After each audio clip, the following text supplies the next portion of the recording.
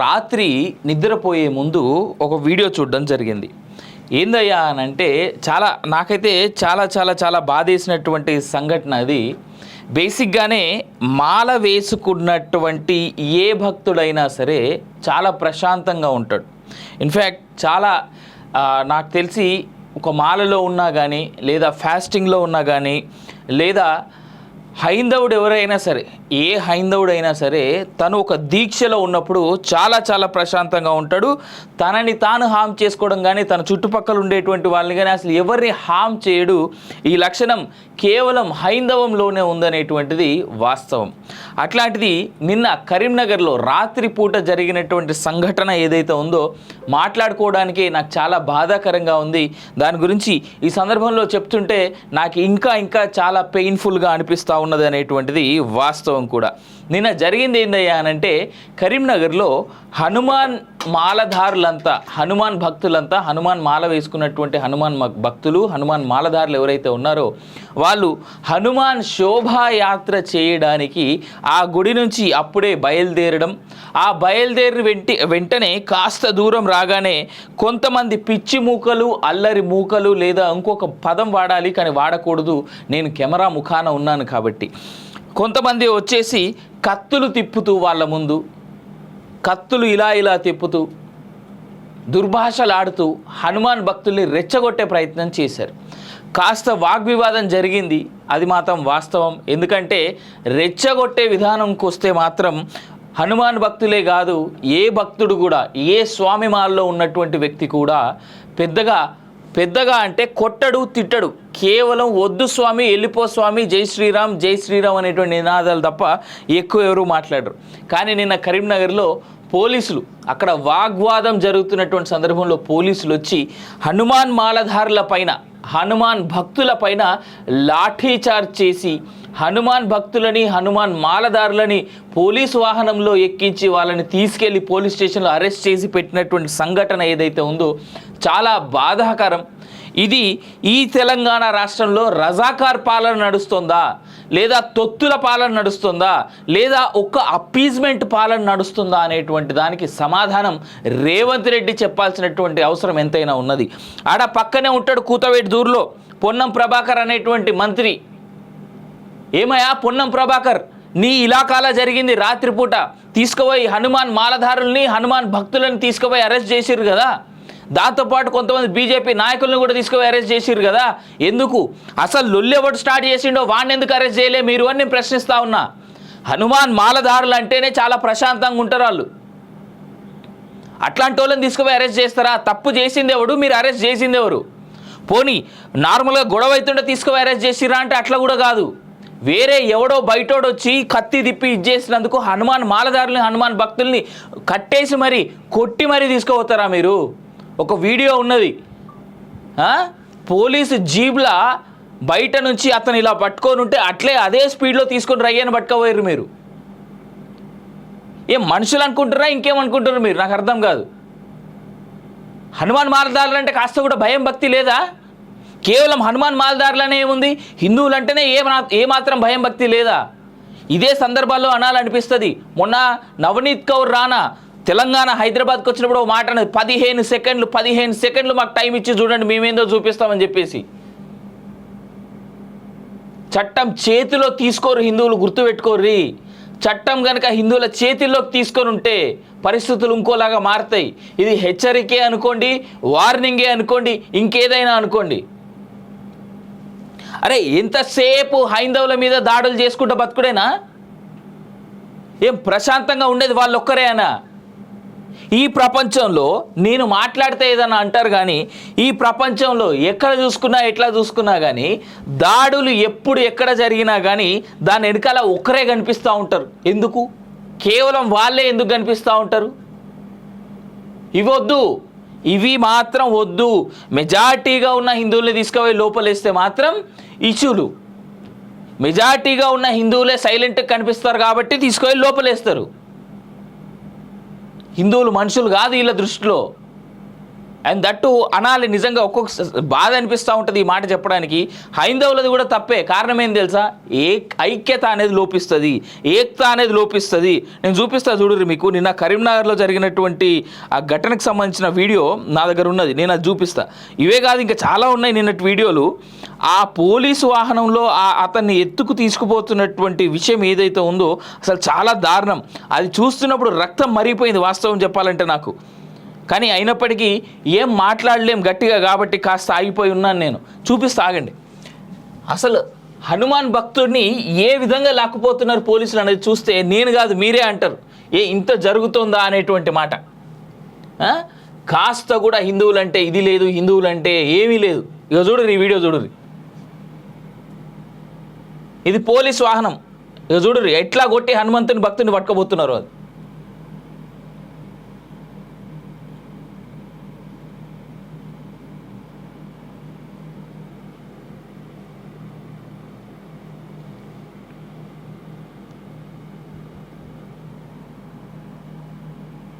ఎట్లా లాగుతున్నాడు చూడండి ఆ పోలీస్ అయిన ఆయనని. అదే ఆ పోలీసులు చేయాల్సింది. ఎవరికి తొత్తులుగా ప్రవర్తిస్తున్నారు వీళ్ళు, ఎవరికి తొత్తులుగా చేస్తున్నారు వీళ్ళు.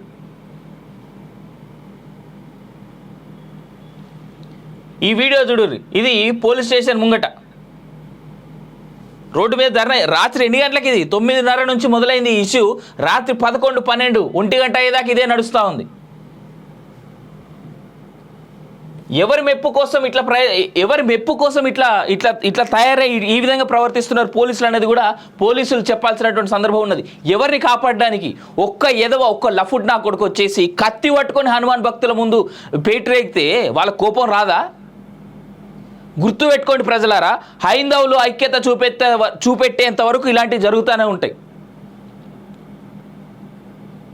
తప్పు వాళ్ళని వీళ్ళని అనడమే కాదు, మనం ఓట్లేసేటప్పుడు ఎట్లాంటి వానికి ఓట్లేస్తున్నాం అనేది కూడా చూసుకోవాలి. మేము మాట్లాడితే ఎంతసేపు హైందవులు అని మాట్లాడతారని చెప్పేసి ఏడ్చే లఫుట్గాలు కూడా కొందరు ఉన్నారు. సెక్యులరిజం కేవలం హిందువుల మీదనే రుద్దబడుతోంది, ఇది కూడా తెలుసుకోండి మీరు. సెక్యులరిస్ట్ కంట్రీ ఇది, సెక్యులర్లో మనం అని మాట్లాడుకునేటువంటి ఎదవలు ఎవడెవడైతే బతుకున్నాడో వాడు కేవలం తెలుసుకోవాల్సినటువంటి విషయం ఏంటంటే సెక్యులరిజం కేవలం హైందవుల మీదనే రుద్దబడుతోంది. ఇది వాస్తవం కాదా? మాట్లాడితే ఏమన్నా అంటే మళ్ళీ మన సెక్యులర్ కంట్రీ అని చెప్పేసి ఎవడు పడతాడు భాషలు ఇవ్వడం మొదలు పెడతారు. ఇట్లాంటివి చూడడానికి ఆ సెక్యులరిస్టులం అని చెప్పేసి హిందువులు రుద్దించుకోవడానికి ఎవడ కొరత పడాలా హిందువులు? ఏ దేశం ఇది? భారతదేశం విడిపోయినప్పుడు ఎవడి వల్ల విడిపోయింది, దేనికోసం విడగొట్టబడింది? మేము ఉండం భారతదేశంలో హిందువులతో పాటు అని చెప్పేసి ముస్లిమ్స్ అంతా వెళ్ళిపోయారు కదా. ఎవరి వల్ల జరుగుతున్నాయి ఇవి? ఎవరితో మెప్పు పొందించుకోవడానికి జరుగుతున్నాయి ఇవి? ఆలోచించుకోవాలి. ఏదేమైనా పోలీసుల్ని కానీ లేదంటే రేవంత్ రెడ్డి ప్రభుత్వాన్ని కానీ ఇంకోరిని కానీ నేను అడిగేటువంటి ప్రశ్న ఒకటే. నిన్న కరీంనగర్లో జరిగినటువంటి దాడిలో ఆ కత్తి తిప్పినోడు ఎవడొచ్చి గొడవ చేసాడు, వాళ్ళని ఎందుకు అరెస్ట్ చేయలేదు? ఏం చేత కాదా దద్దమ్మలా మీరేమన్నా? కాదు కదా. హైందవులను అరెస్ట్ చేసినట్టు వాళ్ళని ఎందుకు అరెస్ట్ చేయలేదు? మరి మీరు చేయండి, అరెస్ట్ చేయండి, అందరికీ సమన్యాయం చేయండి. ఏం తెలంగాణ రాష్ట్రంలో ఆ ఒక్క వాళ్ళకి అపీస్మెంట్ రాజకీయం ఏమైనా నడుస్తుందా? మీరంతా మంత్రులైంది, పోలీసులంతా ఉన్నది కేవలం వాళ్ళ కోసం ఊడిగం చేయడానిక? గట్టిగా ప్రశ్నిస్తే ఎవడికి పడితే వాడికి నొప్పులు వస్తాయి. ఏదేమైనా ఒక్క రిక్వెస్ట్ నేను చేసేది ఏంటంటే సెక్యులరిజం ముసుగులో మాత్రం బతకొద్దు. సెక్యులరిజం అనేటువంటి ముసుగు కేవలం హైందవుల మీద మాత్రమే రుద్రబడుతోంది. హైందవ ప్రజలారా, wake up. If not this country will become another Ireland, another UK, another Australia. ఇంకొక చాలా దారుణమైన విషయం చెప్తా చూడండి నీకు. ఆస్ట్రేలియాలో ఒక ఏరియా ఉన్నది. ఆస్ట్రేలియాలో అక్కడ మస్జీద్ ఉన్న దగ్గర నాన్ ముస్లింని కనీసం దగ్గర కూడా రానియరు. తెలుసా ఈ విషయం? నేను కాదు, పోయి గూగుల్లో చేసుకోండి, తెలుస్తుంది. చూపిస్తా with every proof. There is an evidence about it. అంతెందుకు, ఇప్పుడు ధృవరాటి కానీ వీడియో చూడరు అని చెప్పేసి చాలామంది మన వ్యూవర్స్లో కూడా చాలామంది ధృవరాటి కానీ వీడియోస్ చూసి పిచ్చోళ్ళు అయిన వాళ్ళు ఉన్నారు. మనకు కూడా సజెస్ట్ చేశారు ధృవరాటి వీడియోస్ చూడరు అన్నా మీరు అని చెప్పేసి. ఆడు ఎంత హౌలేగాడు, వాడిని చూసేటోళ్ళు కూడా ఎంత హౌలేగాలు అనేటువంటిది నేను సందర్భంలో ప్రూవ్ చేస్తా చూడరు మీకు. ఒక అబ్రాడ్ అమ్మాయి ఒక ఇండియన్ అబ్బాయి పెళ్లి చేసుకొని గత కొన్నేళ్ళుగా ఇండియాలో ఉంటున్నారు. వాళ్ళు వాళ్ళు ఒక యూట్యూబ్ ఛానల్ పెట్టుకొని రన్ చేస్తూ ఉన్నారు. ఆ లేడీ, ఆ అమెరికన్ లేడీయా లేదా అబ్రాడ్కి సంబంధించిన ఒక వైట్ లేడీ మన ఇండియన్ పెళ్లి చేసుకుని ఇండియాలో ఉంటున్నారు కదా, ఆ వైట్ లేడీ ఒక యూట్యూబ్ ఛానల్ రన్ చేస్తుంది. దాంట్లో ఒకానొక సందర్భంలో ధ్రువ్ రాఠీ గాడి ఒక వీడియోని ఎక్స్పోజ్ చేయడం జరిగింది. వాడు ఎంత హౌలేగాడు అనేటువంటిది ఎక్స్పోజ్ చేయడం జరిగింది. ఆవిడ ఎక్స్పోజ్ చేయడం జరిగిన తర్వాత ఆవిడకి ఇప్పటి వరకు 270 థ్రెటనింగ్ కాల్స్ వచ్చినాయి. ఇవి నా మాటలు కాదు. సాతనైతే టెక్నాలజీని కరెక్ట్గా వాడేటోళ్ళు ఎవరన్నా ఉంటే ట్విట్టర్ ఎక్కువేం అవసరం లేదు మీకు. ఆ ట్విట్టర్ యూట్యూబ్లో పాపం ఆ పిల్లకి సంబంధించినటువంటి వీడియోలు ఇప్పుడు ట్రెండ్ అవుతున్నాయి. సంపేస్తాం నిన్ను, బొంద పెడతాం నిన్ను, నువ్వు ఎట్లా బతుకుంటావు మా దేశంలో, ధ్రువ్ రాఠీని ఎట్లా ఎక్స్పోజ్ చేస్తావు అనేటువంటి మాటలు ఆ పిల్ల మీద చేస్తున్నటువంటి మాటలు. ఇప్పుడు వాళ్ళిద్దరు ఇప్పుడు దేశం వదిలేసి బయట దేశాలకి, ఆ అమ్మాయి ఏ దేశంలో అయితే పుట్టిందో ఆ దేశానికి వెళ్ళిపోవాలని ప్రయత్నం చేస్తుంది. ఇది ధ్రువ్ రాఠీ గాడు వాని వెనకాల వాని సంకనాకుతున్నోళ్ళు చేస్తున్నటువంటి పనులు. ఇదా దేశం కోసం వాడు తప్పు చేస్తున్నాడు కాబట్టి ఆ తప్పును ఎక్స్పోజ్ చేస్తున్న అమ్మాయి మీద మాట్లాడుతున్న మాటలు, ఆ పిల్ల మీద చేస్తున్నటువంటి చర్యలు ఇవా? ఎందుకో బీజేపీలో లేదంటే ఈ రైట్ వింగ్లో ఉండేటువంటి వాళ్ళ మీద ఎవరి మీద ఉన్న ఎక్స్పోజర్స్ చేస్తే ఎందుకు రైట్ వింగ్ వాళ్ళు కానీ బీజేపీ వాళ్ళు కానీ సాఫ్రానిస్టులు కానీ ఎవడేమి ఎక్కువ మాట్లాడు, లెఫ్ట్ వింగ్ వాళ్ళకి ఎందుకో నొప్పి వస్తుంది. మామూలు నొప్పులు కూడా కాదు అవి, మళ్ళా ప్రాణం పోయినంత నొప్పులే. గట్టిగా ఒక్కడిని ఎక్స్పోజ్ చేస్తే సచ్చూరుకుంటారు మొత్తం లెఫ్ట్ వింగ్ అంతా. నేను ఒకటి మాత్రం చెప్తా ఉన్నా, గుర్తుపెట్టుకోర్రి, రేపు పొద్దున బీజేపీ గవర్నమెంట్ మళ్ళీ ఫామ్ అయిన తర్వాత పరిస్థితి ఏం తెలుసా? లెఫ్ట్ వింగ్లో 98% ఆఫ్ ద లెఫ్ట్ వింగ్ చచ్చిపోతుంది. ఇదైతే రాసి పెట్టుకోరు.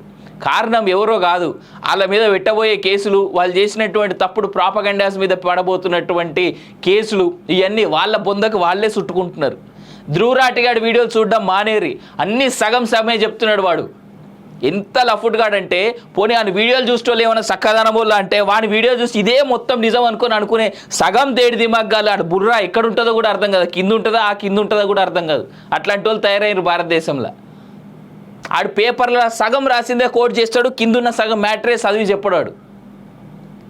ప్రజలారా, తెలివివంతులు మీరే, ఆలోచించుకోండి. ఇప్పుడు మా వీడియోలైనా చూసినప్పుడు మీరు ఆన్లైన్లో ఎత్తుక్కోవచ్చు.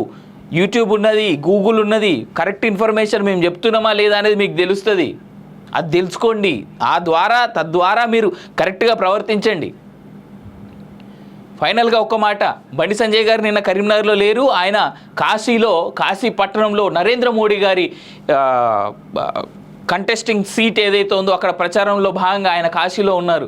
ఆయన ఉండుంటే బాగుండేదేమో నిన్న కరీంనగర్లో. బట్ ఏదేమైనా ఈ కాంగ్రెస్ వాళ్ళని కానీ లేదా ఈ పోలీసులను కానీ రేవంత్ రెడ్డిని, పొన్నం ప్రభాకర్ని, ఆ లోకల్లో ఉన్నటువంటి ఎమ్మెల్యే గంగుల కమలాకర్ని రిక్వెస్ట్ చేసేది ఒకటే ఏందయ్యా అంటే, దయచేసి హిందువుల మనోభావాలు దెబ్బతీయకండి. ఎస్, మా అందరిలో ఐక్యతా లోపం ఉంది హిందువులందరిలో, కానీ మా మనోభావాలు దెబ్బతీయకండి. మాలో కూడా కరెక్ట్ అయినటువంటి మనుషులు ఉన్నారు. మేము కేవలం మాట్లాడే వాళ్ళమే. నాలాంటి వాళ్ళు కొంతమంది, ఇంకొందరు ఉన్నారు మాలో, మంచోళ్ళు కాదయ్యా.